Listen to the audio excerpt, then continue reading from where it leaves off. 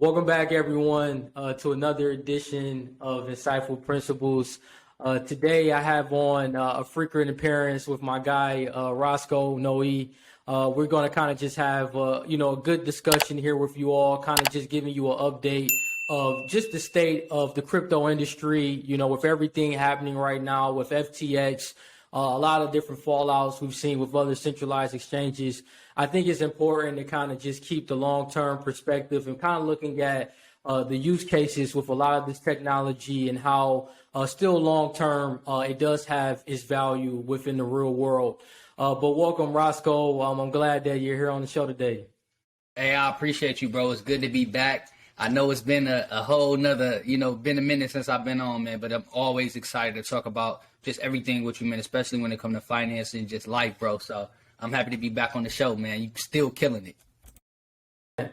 Thank you so much, bro. Same to you, man. I'm seeing everything you're doing with the back end podcast and everything that you're doing with your personal brand, man. I think what we've talked about in the past, how we've had, conversations, I think when it comes to marketing, branding, social media, definitely one of the most consistent persons that, I've seen and honestly inspires me to go harder, man. So you already know it's love, man, on this side. But I definitely did want to kind of start this conversation off of just kind of getting your general thoughts with the FTX bankruptcy that we've seen with, SBF, Sam Bankman-Fried. And, I've kind of just been talking to a lot of different people in the industry, and a lot of people feel that it caught them off guard, was something unexpected. No one thought that this large of a company would just completely collapse.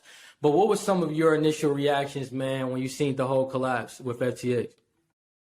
Man, so honestly, I think even the last couple of months with just crypto and everything in the space, bro, it's like, man, everybody trying to figure out what's going on. Like, hey, is we about to get rich off this? Is this the next thing? Stocks is down, so crypto must be up.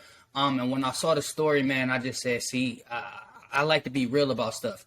And I feel like they needed a situation where they can say, hey, we can regulate things. This is the perfect situation to me where I felt like we can use this. Now that I dug deeper into that whole situation and seeing like he backing the politicians and all that kind of stuff, it just made more sense that I felt like, man, the rep on crypto is becoming negative. Like let's make the rep on crypto negative. Let's talk about all the scammy and all the dirt and all the behind it, so that therefore we can get that support. So when we say, hey, we want to regulate it and this is how it's done properly, the masses, I know we talked about it before, the masses feel more comfortable. Like, hey, I believe in crypto, but if I'm going to do it, I'm going to do it with the government. I'm going to do it with the CBDC or that way because it's regulated. So when I heard that situation, man, I said it defeats the whole decentralization point that we were talking about, and it scared people even more. So I felt like they did what they supposed to do, man. You know what I'm saying? Whoever it was, whether it came out, I haven't looked too deep into to even know Sam's story to know what's going on. I'm just talking about the image that the media has painted with it. So now it's my whole thing. Put fear in it. Let's like everybody be fear. So I'm happy we having this conversation to say, no, still be positive. Whether it's crypto and NFT, Web3, it's ahead of the curve. And we all go back to all our interviews and we can see, we always say it's a long game. So I feel like this right now shook it up, man. It definitely shook up everything. It's still shaking it up. The bankruptcies, the different companies that was involved. It just happened so fast. Like everything took off too fast. And I feel like right now it's the perfect scapegoat to get people. And also good thing. It's scaring people, but it's also preparing people like, hey, you want to make sure you know your research. Like we always say, you want to make sure you know what you're doing. You want to make sure things are going on. But I just feel like it's a great media coverage conversation.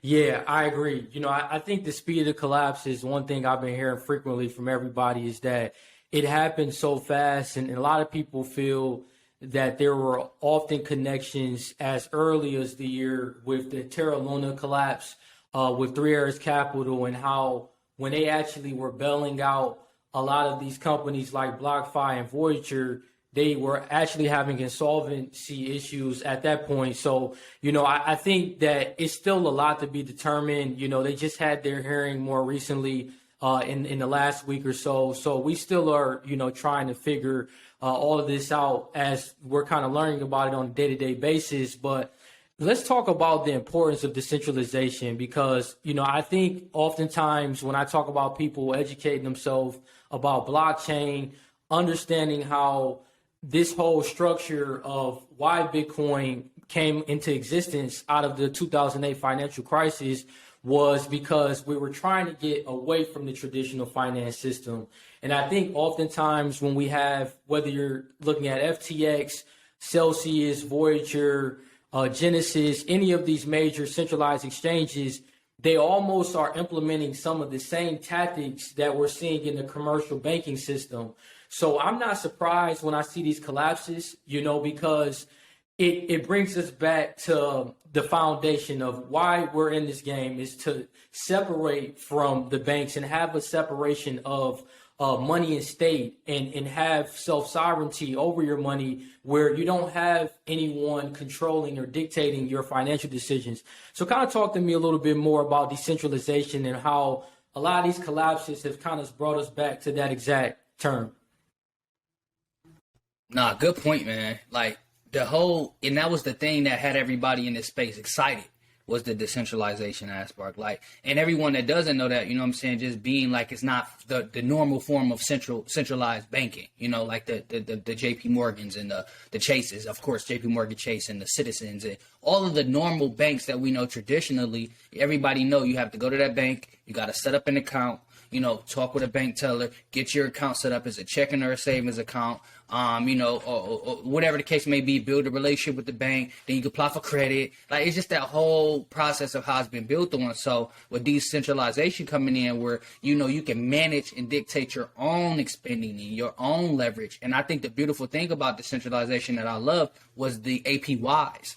The APYs, the annual yields that you're getting on your money, because we all know when you put it in the bank, they can send you some stuff. And when I start seeing my bank send me stuff like, 0.5% or 1%, I'm like, man, like, I've been on the other side. So I was like, this is not it. So I feel like when banks do start competing with that and offering higher APY stuff, I'll be like, okay, it's different. But decentralization was the fact that it had no cap on that.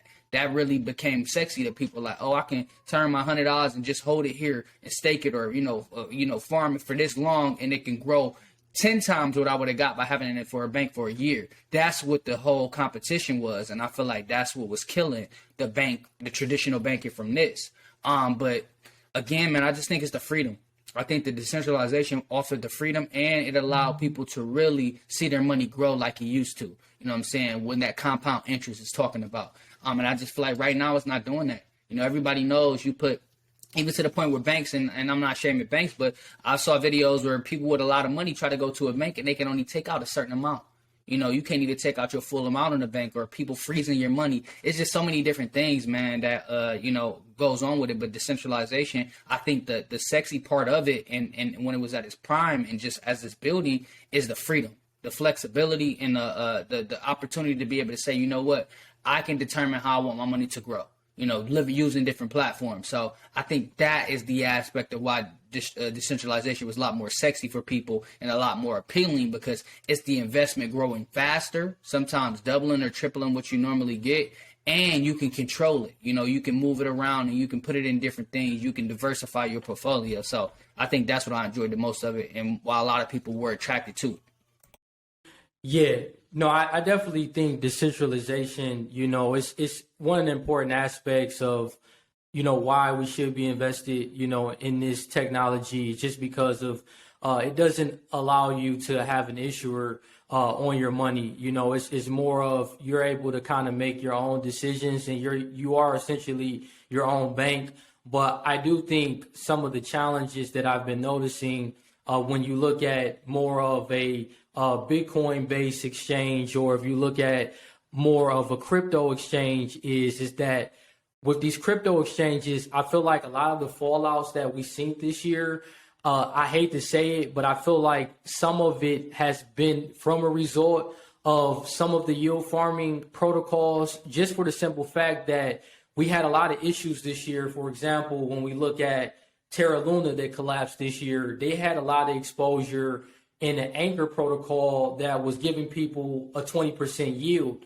Now, the risk of that, I think I'm understanding more of the counterparty risk, as far as you can use these platforms, but you have to understand that I think this year has really taught us that we really got to do our research on understanding counterparty risk, when it comes to centralized exchanges, and really making sure that you control your own private keys, you have self custody, and if you are going to participate in a yield product with a platform, just make sure that you're monitoring your risk, and you have proper risk management, because it was unfortunate to see. Just imagine all of these different users this year that were using these different platforms. Even FTX, Voyager, and BlockFi, they all had yield farming products. And I think when you mix that with a commingling of funds, which they allegedly were doing, I think that that's what creates a really just conflicting situation where now a lot of people are not very educated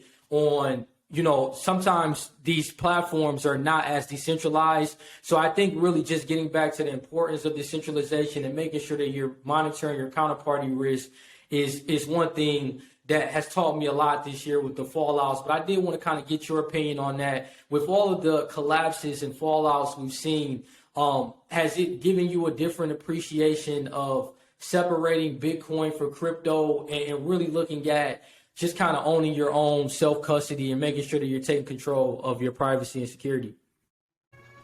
Definitely, man. They always say, not your keys, not your wallet, not your key. We know that, man. And I feel like I've always been that guy, too, where I felt like education was first. Like, this stuff happening so fast. So I see hearing so many people getting scammed, hearing so many people now what's going on. These exchanges are not, you don't know what can happen with these exchanges. And I do agree with you as well. Like, the high APYs and everything was an issue, because it's like everybody was like, oh, we can do this. But it's like, do you know who's behind the scenes with that? Where they getting that backing from that to support that? And when that start collapsing, it can get spooky. But I feel like it goes back to the situation of like owning your keys. A lot of people don't know what a hard wallet is. Actually having a hard wallet that you store your stuff on just in case something happens, man. That's why I know I'll use Drake, because a lot of people know that, he had put a picture up with a diamond encrusted, a hard wallet. These things like that. And he is heavily uses Bitcoin to do his gambling with, stake. They use Bitcoin to fund that stuff like that, and they convert it back to US dollar, man. So I feel like everybody know about Bitcoin, and Bitcoin is not ever going to go anywhere. It's the grandfather of all of this, and they feel more comfortable if they're going to talk about crypto with Bitcoin. But I feel like even Gary Vee said most of this stuff won't last. Most of the exchanges won't last. Most of the coins won't last. Most of the NFTs won't last. That's why I feel good to know when I like when these situations happen, because it cipher out the ones that don't last. Like that, and he was saying that too. Like, everybody's not gonna be here. And I really do study Gary Vee where he talk about that, because it's true. Everybody was popping up with an NFT. Everybody was popping up with a crypto. It would happen so fast that anybody could have got in and made some good bread. But what happened is now we about to surf y'all all out. Whoever ain't, we gonna find out who's real, who really got that backing behind it, who really got these VCs, who really got funding, what the owner's like. So now it's making us like, oh snap, don't just invest into a crypto because it's gonna make you some money. We need to know who the owner is, who the backers are, who the team, who the family, who's on the white paper. It's getting everybody like, I'm happy, because it's like, do your research. We used to say that, hey, do your research. But people like, oh, what do you mean? I looked up the coin, it's worth 20 cents, and then it went to $1. I did my research. No. Who owns it?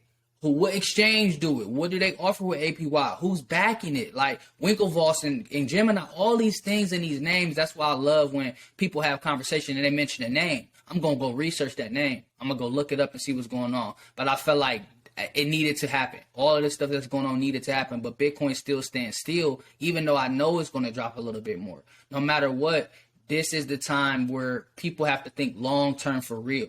5 years, 10 years, because we're going to go through this. Everything that was built up is going to go through its phases. The stock market didn't just come and every company was at all-time highs. Like, everybody got to go through that gritty and things. Like the real estate market wasn't always as booming, so I feel like everything that comes into it when you're dealing with finances and you're dealing with, investing, you got to start somewhere. You got to have some type of foundation. And I feel like right now crypto is going through that decline, but also informative season, where you need that, because you want to get all the people that got bread want to get in, and all the new people that's been doing the research and everything to say, you know what, I want to go ahead and get into this. With the current market conditions and what we have seen throughout the crypto industry, it highlights the importance of self-custody and holding your private keys with Bitcoin. Ledger, they're the largest crypto hardware wallet in the world. They're trusted by over 4 million customers. Their Ledger Live app makes it easy to securely manage, buy, and trade your crypto. If you do not control your own private keys, you simply do not own your Bitcoin. Exchanges that have had an exhaustive history of being hacked, not all, but some. Hardware wallets protect against you losing your funds. To get started today, go into the link in my show notes and start securing your Bitcoin assets with Ledger. But without no research, all of this is showing y'all, from the scams to the fallouts to this and that, the Luna situation. It's gonna be a lot more, is what I'm saying. We ain't seen nothing yet. I think this is the biggest, but we haven't saw anything yet with what the rest of this is gonna go. But I feel like be comfortable in knowing what you're investing in. And I feel like the safest place, if you're gonna go into crypto right now, is Bitcoin and Ethereum. We've always said that. Ethereum because of the utility and the ability to be able to buy different things with it and use it. And then Bitcoin because of the long-term game with it. You know, to be able to really, you know, they got Bitcoin ATM machines in gas stations. Like, I'm in the neighborhoods and I'm seeing these at gas stations. Like, so I'm like, y'all got to understand, in the airports. And I'm seeing, I was telling you, I follow a page called Traded VC. It's a venture capitalist Instagram. And they post all the time these different people that they're funding. And today I saw another one. Somebody got $3 million or $4 million because they building a hard wallet crypto exchange, something like that. I'm like, dude, I get it. I see it. We had a Futureland conference in Cleveland last month. I believe it was last month. Rich Paul came through, a bunch of different people, and I spoke on a panel there, or did a workshop, and just seeing how many people came out. And then knowing that a lot of people didn't come out, it was kind of like, whoa, you know, a lot of people know, but a lot of people are still in the loops, man. I mean, out the loop of what's going on. So that gets me excited because, again, me having two young boys, 3 and 1, I'm playing this game for them. So it's different, you know, how I look at it compared to somebody else be like, nah, I really understand this. Like yourself, you understand it, so you know the longer game. But I feel like right now, a lot of people just got to use this time to do your research, know what's going on, and find out what's for you.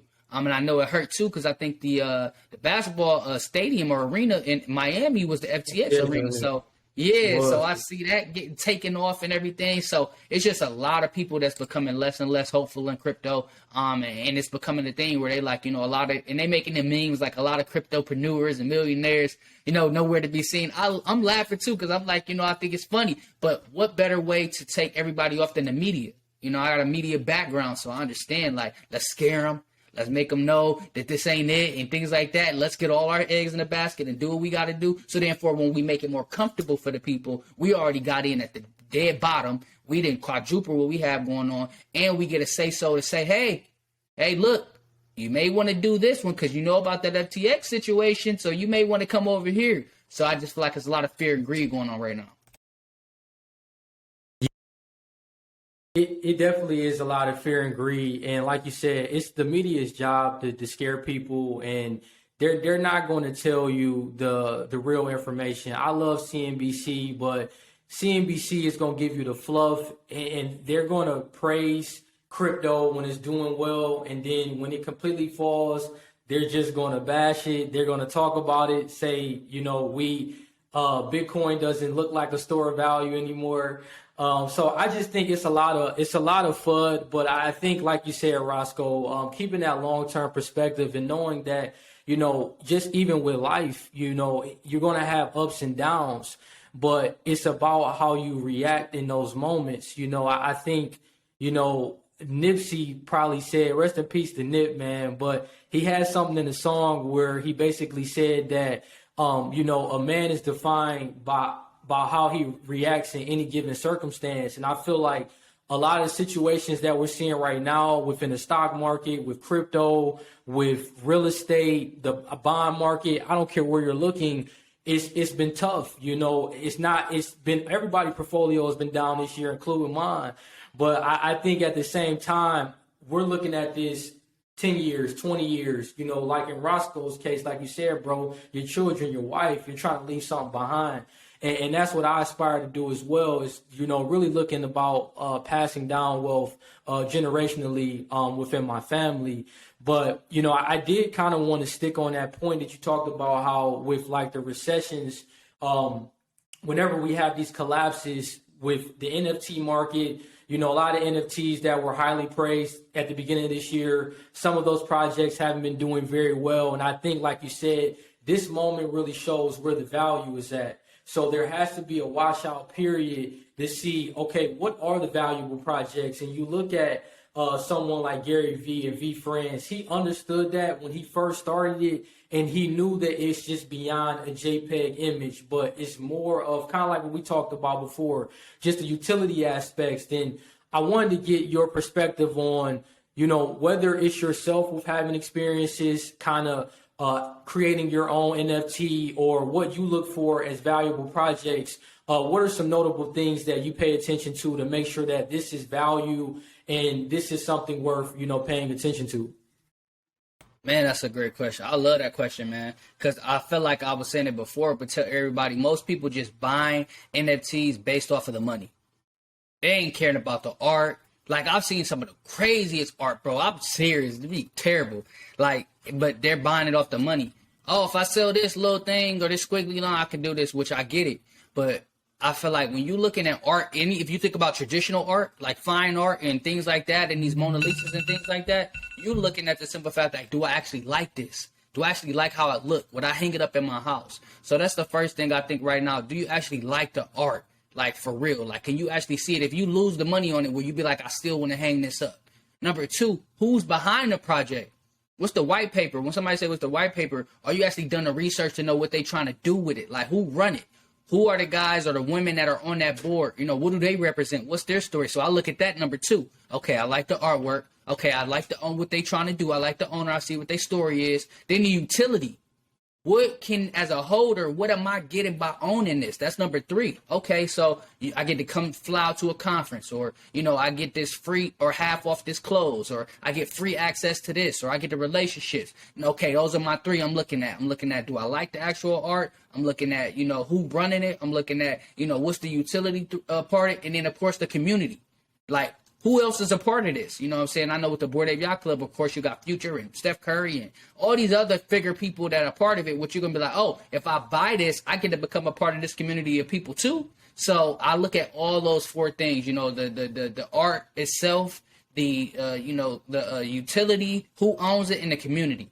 I feel like those are the things, because the ones that I own now, a couple of my NFTs, you know, they worth nothing. There's nothing I can do about it. But I still like the artwork. And, you know, early in my stage, I was just buying stuff because I was trying to get the money too. You know, this is my first 4 or 5 NFTs. I'm just like, oh, I got to get the money. It's still so fresh. And I've lost thousands doing that. But I also have projects where, you know, they're holding well. And their projects are still doing stuff. And they're still going to open up. And the community that I'm a part of ain't going nowhere. So I feel like that aspect to it is where I look at it, how I value NFT. And again, creating my own. A lot of events that I've been going to, access to the NFT. You know, so think about the Ticketmasters and the Live Nations, and shout out to Russell too, because I know he understands this, and he's doing a pay what you want to come to the show kind of thing and things like that. But I feel like that's what it's going to come down to. It's going to come down to you coming up to that event, you getting patted down, you showing them your digital wallet that you own this NFT with the blockchain, with the contract that you officially own it, and then you getting access to an event and the QR code being scanned. It won't be any more paper tickets. You're already doing it with the QR codes on your phone. You can have a ticket in your Apple Wallet. But why just have a regular ticket when you can have an artwork in your wallet that hold more weight? And you get into that event and it has a bigger story to it. Oh, this piece of artwork got me into this and to that. And when you resell it, it has more value to it. It holds more weight. So we know about these eBay auctions and Christie's, and where they kind of seal up all these things like old receipts and famous stuff, and they resell it. So I feel like this is why we got to think long term. Some of them cars been around 20, 30 years, 40 years before they even knew what's going on. But I think they're actually putting out a documentary to sidetrack where they're talking about the death of like trading cards. You know, like actual physical trading cards, man. It's kind of deep because they know like the guy who did Drake's artwork where he had the babies on it. I forgot his name. But he... You know, yeah, but he released. I know what you're talking about, though. Yeah, he released some NFTs. Yeah, he released NFTs. But I saw a video. He was burning the physical ones, like many physical ones, to let people know, like, you know, you already own this digitally. So this is a 101. So why I still have this? The 101 is the digital one. So it goes back to that, man. Like knowing who the community is, you know, who's the owners, who's doing it, What are their purposes? Do you like the artwork? And then at the end of the day, can you make some money off of it? You know, like we gonna want to get some paper out of this too. But I feel like right now in the season where nobody's trying to buy it, I think they just posted something where a Bored Ape Yacht Club sold for $1 million. But at this point, the media can put anything. You can say anything sold to get some hype behind it. Nobody knows. Like, unless we look at the blockchain and look at what's going on, anybody can say, oh, hey, this just sold for $1 million. So even in the crypto winter market, this one still sold. So it's still hope. At this point, bro, we just got to let this pass by. We got to let it pass by. I'm like you were saying, too, my portfolio got smacked. Like, every stocks, all that, anything got smacked. So it's not nobody like, oh, well, I'm safe over here. Bonds, treasuries, everything been taking smacks. So I feel like right now is the wealth generation transfer moment, you know, where everybody can get killed in this, or you can actually look at this and learn and say, now I have a chance to really diversify my portfolio. I can really put it wherever I want. And then sitting on the sidelines, you know, that's what I want to put myself into now. Like, let me sit on the sidelines and let me wait this out, because you know, with the media going on and all these different things, it ain't safe right now. But who will put themselves in a fire when there's fire going on? You know, why would you put yourself in the fire when there's fire going on? You just best to stay out the way, man. So I think that's what it comes down to. NFTs and crypto, and understanding which has the power and leverage. And Bitcoin and Ethereum are the top two. Yeah, that's great. Yeah, I definitely think I agree. You know, I think when you are looking at wanting to put an investment into this space, you know, you have to make sure that you're looking for valuable projects and making sure that there's the use case there. You know, with Bitcoin, we know that is trying to solve a problem when it comes to how money is trusted within the world, and just really trying to be a global reserve asset. Whereas Ethereum, like we've talked about, smart contracts, being able to use programmable different programs to be able to solidify transactions. So I definitely think in this type of in moment, you got to look at opportunity, and you got to make sure that you definitely are monitoring your risk. And I did want to kind of just get your perspective on, you know, I know how you mentioned with NFTs that you look for just value, making sure that they have a community, making sure that there's utility to it, and then just making sure that you looked at the white paper and know who's actually running the project. What is usually just your thought process when it comes to when you see different evolutions of like DAOs, decentralized autonomous organizations? How do you kind of see that growing, you know, in the future? Do you see that has a place in the market when it comes to really just creating an incentive structure? I feel like with NFTs, it still has an incentive structure, because with a DAOs, it seems like everyone collectively can make a decision that benefits the entire organization. So what are kind of your thoughts on that when you think about DAOs and how that also can correlate and help NFTs like over the long term? Man, good. Oh yeah, bro. Another great question. Them DAOs, like, I think of DAOs as like Chamber of Commerces. You know what I'm saying? Like, that's the first thing I think about, man. I think of DAOs as like, you know, country clubs. You know, I feel like a DAO is needed, you know, so therefore it makes it even more a part of that community. You know, you got everybody's in on this. You know, we raising our hand to vote what we think we should do. And we taking the wins together and we taking the losses together. But I think DAOs, I know Ohio just got a bunch of DAOs popping up, and they had an event. And I feel like it was just powerful seeing the team work together. You know, like, I love seeing, I think the DAO brings the team aspect together. You know, it's like the new companies, new corporations. Instead of a corporations and starting this, let's start a DAO. You know, let's do it the right way. And I think, you know, being decentralized, you know, and being autonomous, nobody's in charge. That's the whole thing, how we should move. You know, because we have this whole mindset now of I'm the boss, or I'm the CEO, we got a vice president, or the president, and we got the VP, then we got the workers, then we got, you know what I'm saying? It's so much levels to it. But I feel like with DAOs, everybody's going to have their title, but nobody really is in control. And I think that's what I like about everything too, man. And we just getting started with DAOs. I feel like DAOs are going to be huge. Everybody's going to be popping up with a DAO, because we already run as DAOs. If you got a community of people and you already run an organization, it's a team of y'all, and y'all all decide on the art together. Think about like music and songwriters. All 12, 13 of y'all sat in that room and wrote that banger. and everybody's singing into it, and instead of just getting a percentage, you know what I'm saying, you are part of that DAO, y'all all incorporated on that. So I think that's the same aspect it's going to have. You got your percentage for writing on it, you got your percentage for writing the hook, you got the percentage for this, that, beat the beat. So I feel like DAOs are going to offer that to it, and it's going to make it more attractive to NFTs, because you may not like the NFT, but you like the people on the DAO. You know what I'm saying? You may not like the DAO, but you like the artwork. So I feel like it can be one or the other. And I feel like just with a lot of projects coming up, you want to make sure your DAO's together. You know, you want to make sure that your whole team, the people that from top to bottom, that's designing the art, that's making the smart contracts, that's designing the website, that's offering the wallets, the offering the education, you got to have all that together, man, because so many people are doing it now and so many people are skeptical. Like now it makes it 10 times harder for people that are DAOs or in this space, because you have to genuinely be authentic. And I think we needed that. It was so much fraud and stuff coming out that it was like, man, I'm not getting in that. But now it's getting exposed. And I love that, because it's like, let's go ahead and get them out the way.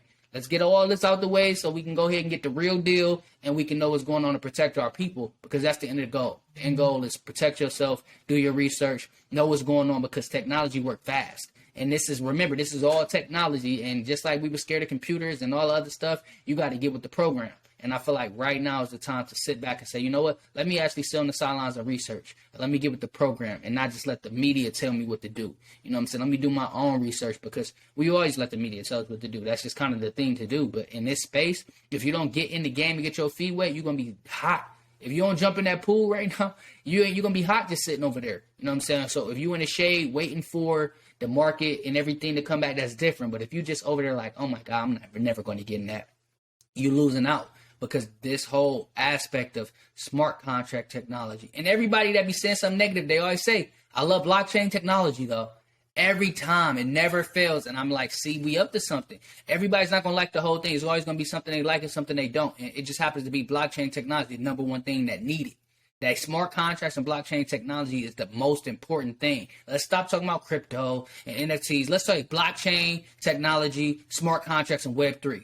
Let's get into that. Artificial intelligence and augmented reality. Like, it's deeper stuff than what people know. And I know when I was going down my hole with this, I was getting into everything, bro. Like digital real estate, the metaverse, which of course is like fading out and all these things, man. And I feel like they just painted even the meta situation, like they just painted everything just so negative. So not everything on the decline, but that boy playing a smart game. That guy know exactly what he's doing, and he know that when it pop again, just like when nobody was thinking about social media platforms and it all start coming out of nowhere, it's going to be the same thing. And everybody's going to want to know, how can I get in this metaverse and how can I do stuff virtually? And I feel like it just was ahead of its time. It just grew too fast right now. But I feel like give it some time. You know, more and more people understand it. But if you're not using this time to use research and to know what's going on, and maybe looking up what a DAO is or trying to join a DAO, they do so many meetups, like a DAO meetup. You know, hey, come meet our DAO, come do this, come to our event, and they give you this information. I don't think it's gonna be like that no more. Once it start getting popping like it's supposed to, DAOs are gonna be a lot more secretive, or DAOs are gonna be a situation where everybody can't get in. So I feel like right now you should be trying to get close to any DAO you can, or even start your own DAO, because when it start becoming the thing to do, everybody have a DAO, you're going to already be at the bottom of the barrel. Yeah, that's so true, man. You know, I think people got to understand that technology does move fast, and just sitting on the sidelines and waiting for the media to educate you on these things, you know, I think you have to take the responsibility of just your financial education and being able to stay, you know, abreast and alert on where the world is going and what the future will hold when it comes to our technology. And I think with NFTs, man, you know, even though this year it has been down, I was reading how some of the trading volume on OpenSea, it has decreased by like 90%.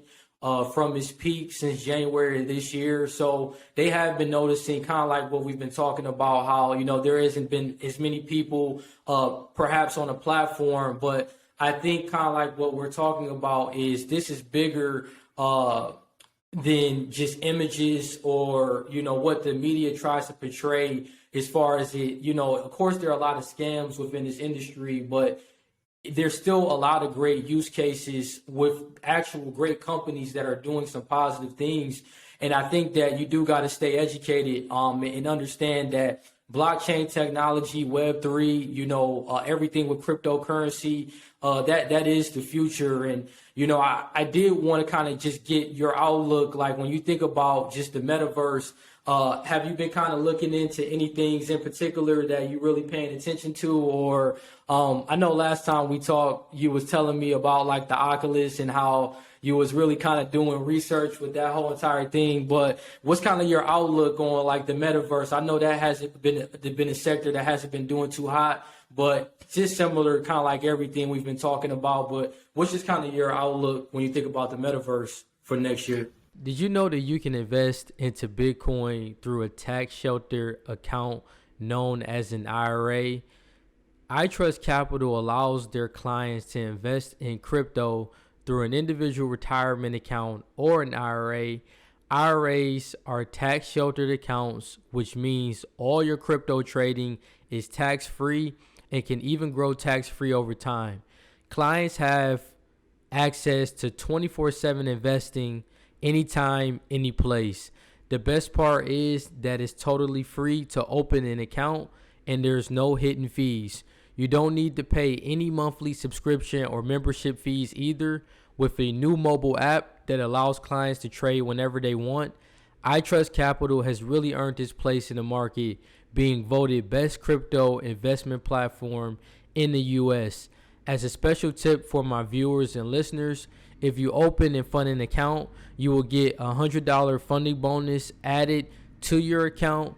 To learn more, click the link in the show notes and open a free account and get started contributing to your Bitcoin IRA today. Man, the kids run everything. I'm gonna say that now. My niece and them come over here and they say stuff like, "Hey, can we see Can we see your Oculus?" I know what time it is. That we fade out. The youth determine what's cool, and they're the next ones. That's why they already been in the Roblox and Minecraft and all that kind of stuff. So their whole thing is, I want an Oculus. So I'm looking at that, knowing like the metaverse is not for us right now. The metaverse is going to be taken over by our kids. We thought TikTok took us by storm. We thought all these things took us by storm. Wait till the metaverse take the kids by storm. So I always want people to think about that as well, man, because again, the metaverse is so ahead of its time, but your kid is already in the metaverse. Like your children knows, and I always use kids because they are the ones that determine what's cool. And a lot of these corporations can't keep the millennials. They can't keep the next generation, so they fade out. And I feel like that's what's going to happen next. The aspect of being able to have things virtually and fun. I feel like that's the cool thing to do. More kids are going to want to be in that. They're not going to want to be just doing the regular basic things. They like technology. That's why our kids want to be on their phone. They want to see what's going on. They want to be in the mix. And I feel like virtually allows them to do that. They so smart with technology. They're the technology babies. So like, y'all don't think that the next thing they're going to want to do is some upgraded technology stuff? That's how I look at it too, man. So I feel like the metaverse is the next generation's thing, man. And I feel like for right now, we are the ones building it for them. We're building this whole metaverse thing, and it's cool to talk about. But at the end of the day, we can talk about it right now, and it may never do nothing 5 years from now. I mean, from now, 2 years from now. But I bet you 5, 10 years from now, you got to get used to it because your kid doing it. And the only way you can talk to your children and get to these young generations, or you want to get that young dollar, you got to go in the metaverse to get them. That's how I know that this is some powerful more stuff. Like you ain't going, just like with Facebook when it first came out, all the kids was on there. Then our parents got on there. We was like, we got to go. Metaverse, same thing. All the kids gonna go there and run it up and turn over. Then the next older folks gonna try to jump on, and they gonna already be on a new wave. So I definitely see that happening, man. And I think it's gonna take social media by storm. Because we all are used to just scrolling. The whole just scroll and interact is like that's gonna get replaced with something. It's gonna be more pop up and swipe and grab and scan. Like those are the kind of things that's gonna happen whether we like it or not. And it's going to become more accessible, and then the media is going to get behind it, and they're going to say this is the cool thing and everything, and everybody going to be comfortable. But I feel like that's what it is. Metaverse is just too ahead of its time. It's layers to it. We got to get people comfortable with crypto.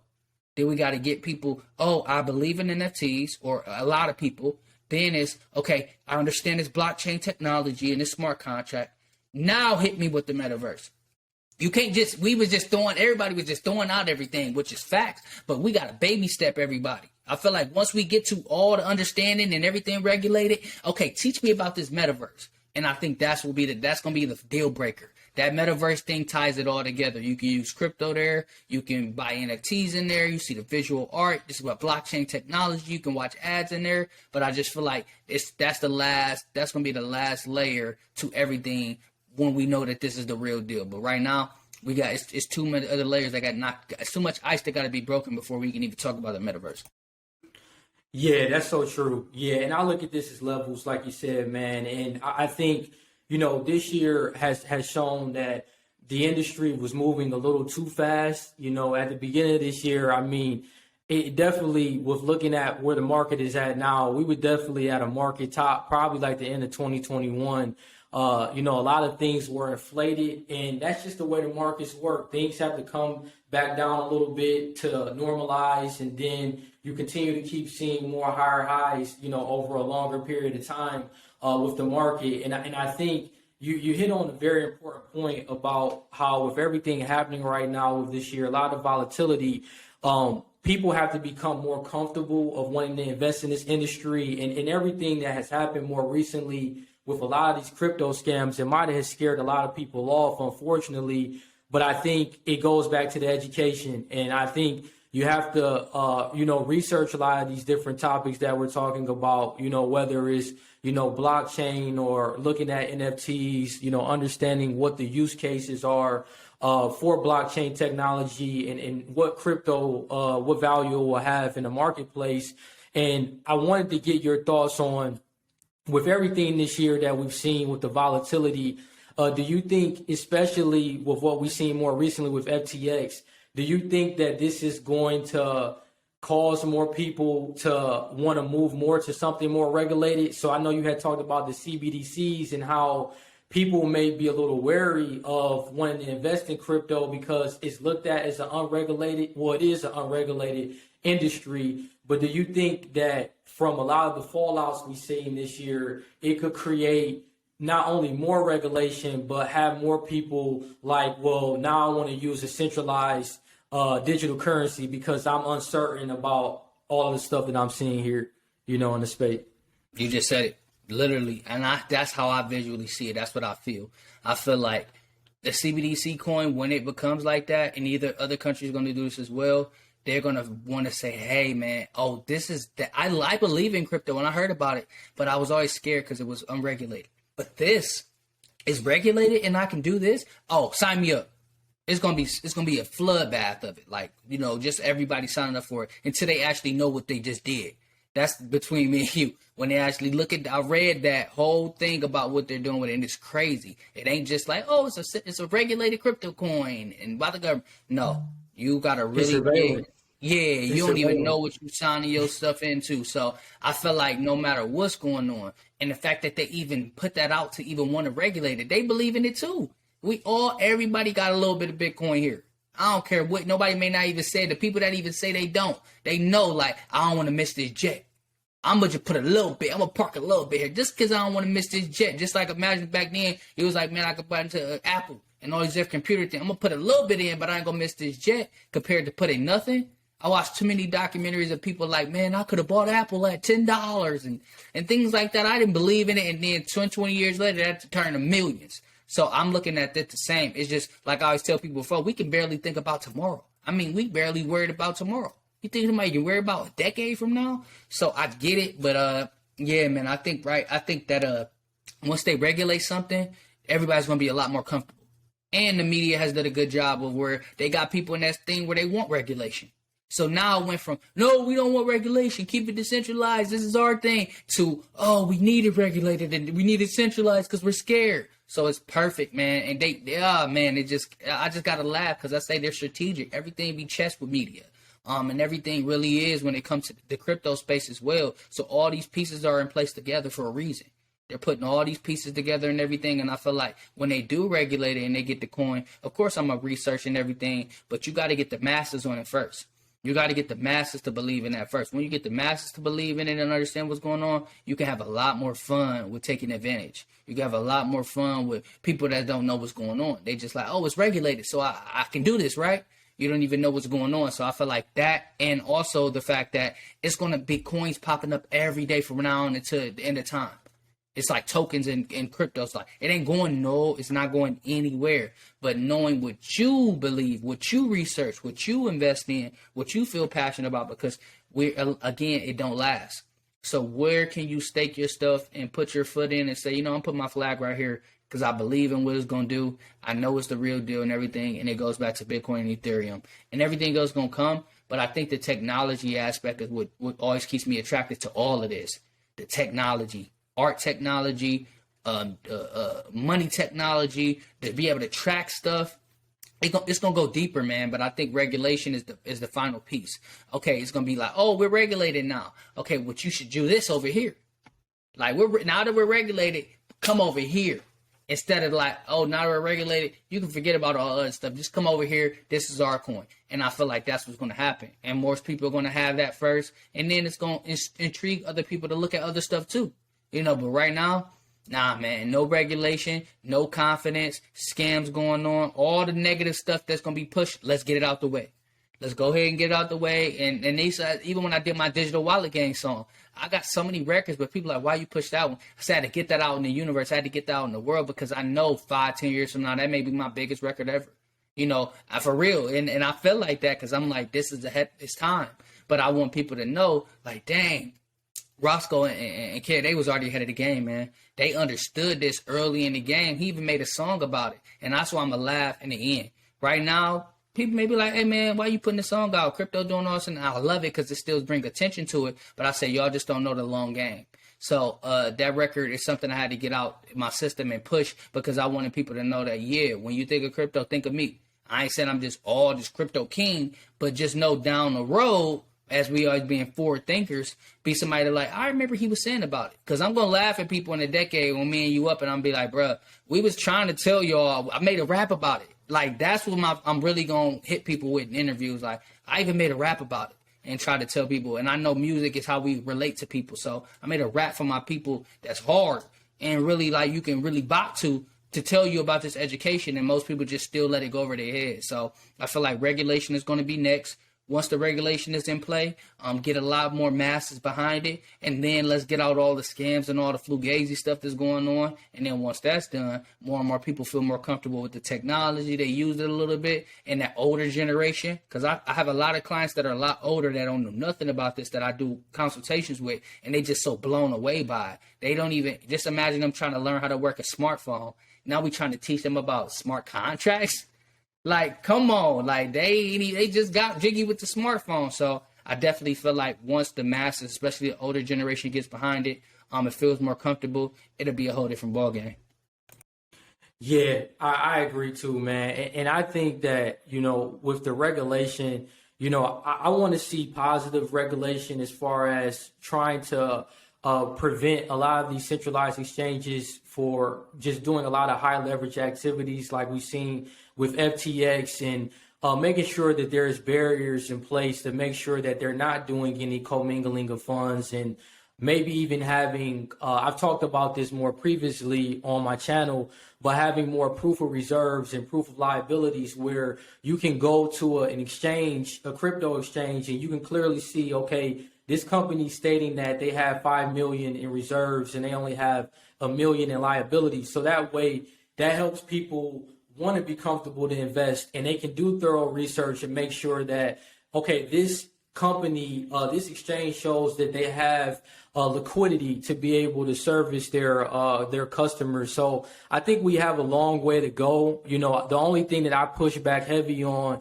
is it seems to me that a lot of this regulation is going to be pushed for them to play their own narrative, as far as with the Federal Reserve saying they've already are actively working on a CBDC. So this is something that they just sitting back. They want to see crypto completely fall on its head, so that way they can come in and say, I have something more shinier over here.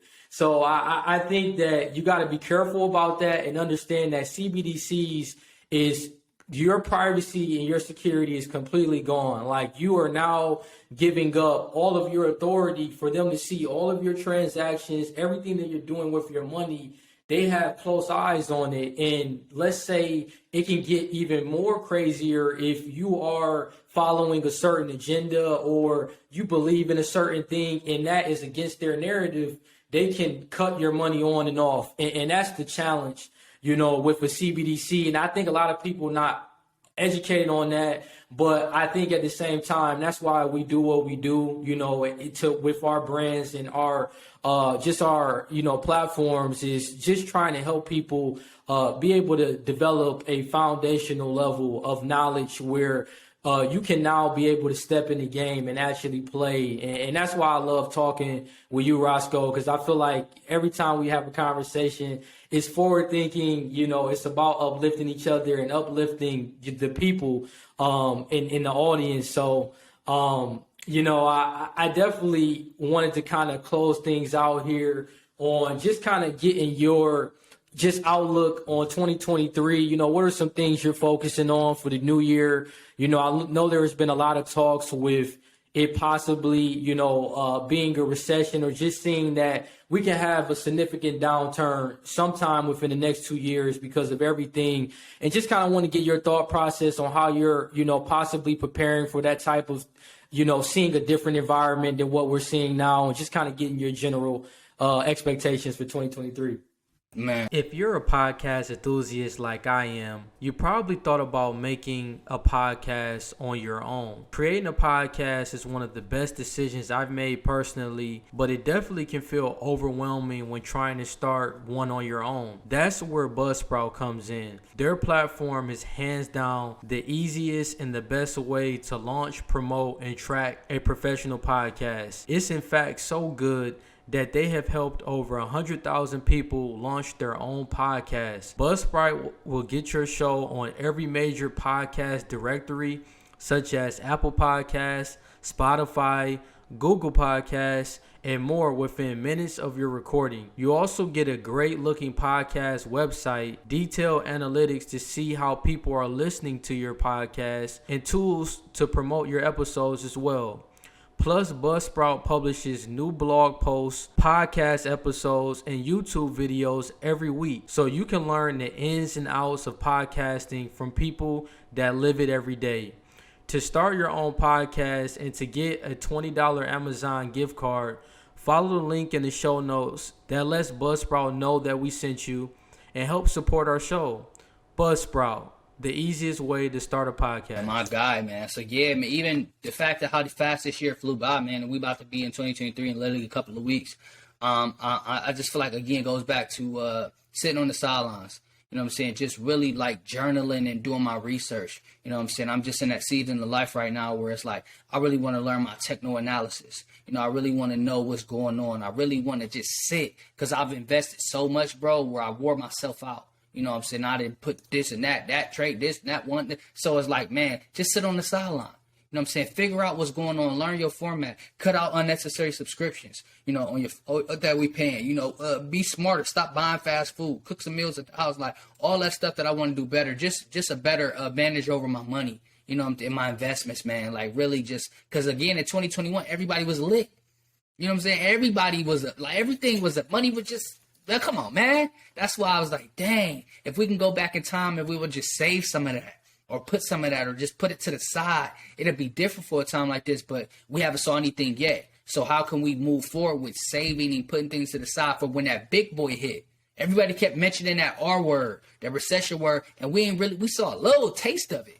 We ain't even seen we don't even know what's really about to really, like, it's going to be, they keep on saying a recession. They don't even, it's a Great Depression. Like, we had a Great Depression, but this is a Great Recession that's coming. So it's like, oh, you think we can do all that and put all that out and everything and put all these fires and rate hikes and everything and just get by? Yeah, I'm going to get you by this year, but you got to, what always goes up got to come down, and it's going to come down hard. It got to be a hard reset. I keep hearing about this hard reset. It got to happen. No matter when we going, I just want to be prepared for that hard reset. So that's when I'm really going to go in. So I feel like right now, until all the people that follow us and understand, sit on the sidelines, but don't get out of investing and researching. You know what I'm saying? Whether you DCN or dollar cost average or whatever works best for you. Me, I'm just researching again. I love being in a research mode. I'm studying these charts to know my technical analysis. I'm working to become a funded trader. I'm actually doing that, working with these prop companies. Like I'm tired of putting all my money up on my homies that's doing success. Shout out my guy Bird. He just passed another 100K challenge today. Like, what I'm saying? Getting funded. What I'm saying? Yeah, like being with these prop companies and getting that because I know that I have that skill set. But just seeing what skill sets will still pay you in a recession. What skill set, because a lot of AI is going to take us a lot of people out of the game. What I'm saying? Like, that's coming even faster, too. So, again, how could you use this season to know, like, where do I want to plant my investments and what is recession-proof? Even if nothing is recession-proof, what can get you at least feeling good, where if you're going to lose something, you're going to be like, all right, I'll take that. So, that, man, of course, the music as well, and just locking in, man, or just getting more to the people. I said I spend a lot of time in the market and things like that. I'm like, let me get to my family even more and just living life, but also being prepared for when that game day comes. I think that's it. Because imagine if we know what we know now, when March 2020 hit, I feel like March 2023 gonna be something spooky. That just that's my my prophecy. I don't know why, but I feel like March of 2023, something spooky gonna happen. I don't know what it's gonna be. It may not be none, but we're gonna come back March 2023 and replay this and see, man. But I feel like something's gonna happen at the top of 2023. And it has to do something with resetting or clearing something out. Or we may just have all-time highs for the next 2 years, and then they come crashing down. But I feel like with everything going on right now, we preparing for some type of reset. And at the end of the day, you have to have some leverage, and you got to have something in the cut, emergency funds, some money for a rainy day.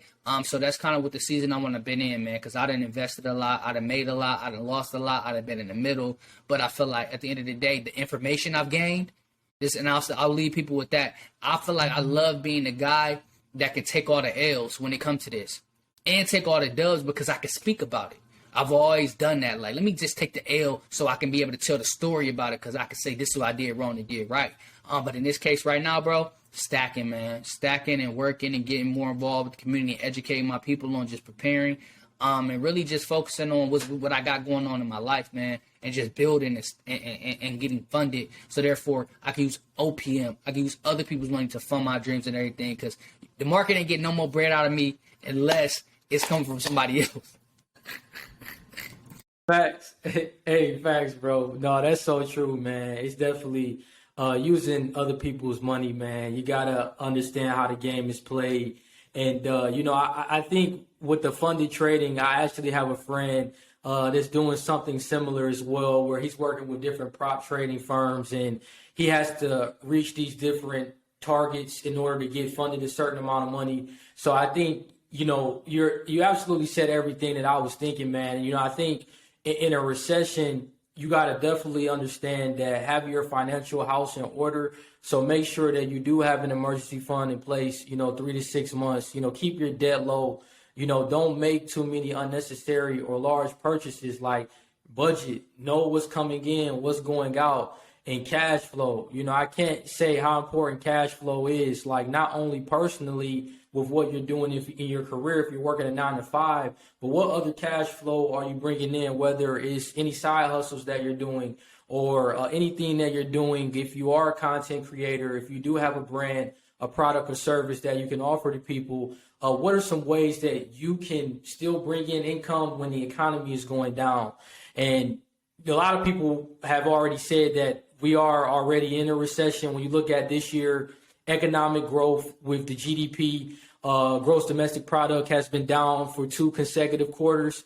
So, there's a lot of challenges happening in the market. But like with Rosco and what we're saying, if you don't get anything out of this episode, is really prepare yourself in this season. Continue to make sure that you're ready to execute when there is, turbulence in the market, because when you can be able to buy at a tremendous discount, just like them Black Friday sales, when you're going out and you're trying to get the nicest whatever, for yourself or your kids, you want to try to approach this market on, okay, let me see whether there are going to be some discounts and when I could actually be prepared to really double down when the market is in chaos. So we look at it as opportunity when the market is down. And I think that's the approach that everyone has to have. But Definitely was a pleasure, man, talking with you. I always enjoy these conversations, man.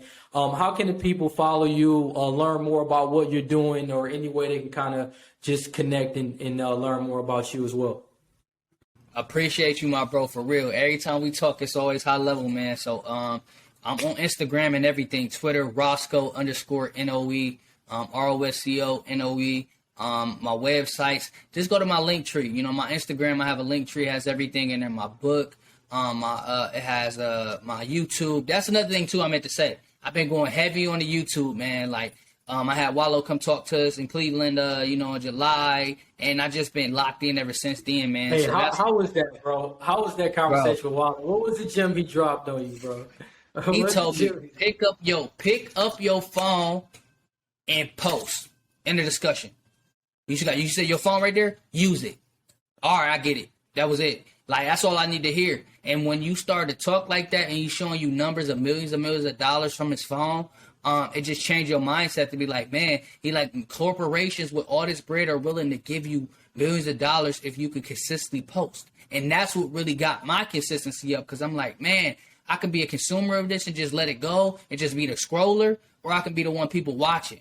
And I feel like the next thing that happens where we got to be indoors is going to really be up. So I don't want to be left behind again, man. So that's kind of like, I was on vacation the last 2 weeks. I was in Jamaica and all these things, and I kind of slacked back a little bit and got out that algorithm flow.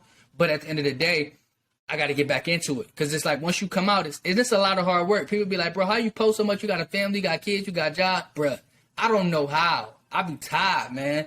But I think mustering up the scheduling your post and getting them done over a weekend, like when I was doing all my posts like for the week on a Sunday, all I gotta do is just press post on there, already got everything. So get y'all a calendar, man. But Wallow just straight up said it. Pick up your phone and post. Like, stop playing around. That's why he posts every day. Like, his consistency crazy. So again, when you get to that point where you don't have any other jobs, it's just your phone, it's really gonna be up for us, man. So that's really it, man. Y'all can follow me at Rosco _everything. My YouTube, Rosco No E. I entertain, educate, give people information. You can find a little bit of everything, man. But bro, let's continue to get these people insightful principles and know what's going on in this market, man. And y'all just stay prepared, man. If you stay ready, you don't got to get ready. Hey, facts, bro. And definitely want to tell everyone, thank you for tuning in. Don't forget to like, subscribe, and share to this video. Definitely support my boy Rosco on his YouTube channel. I'm going to put all his information in the show notes here. But I thank you all so much for listening and watching, and take care.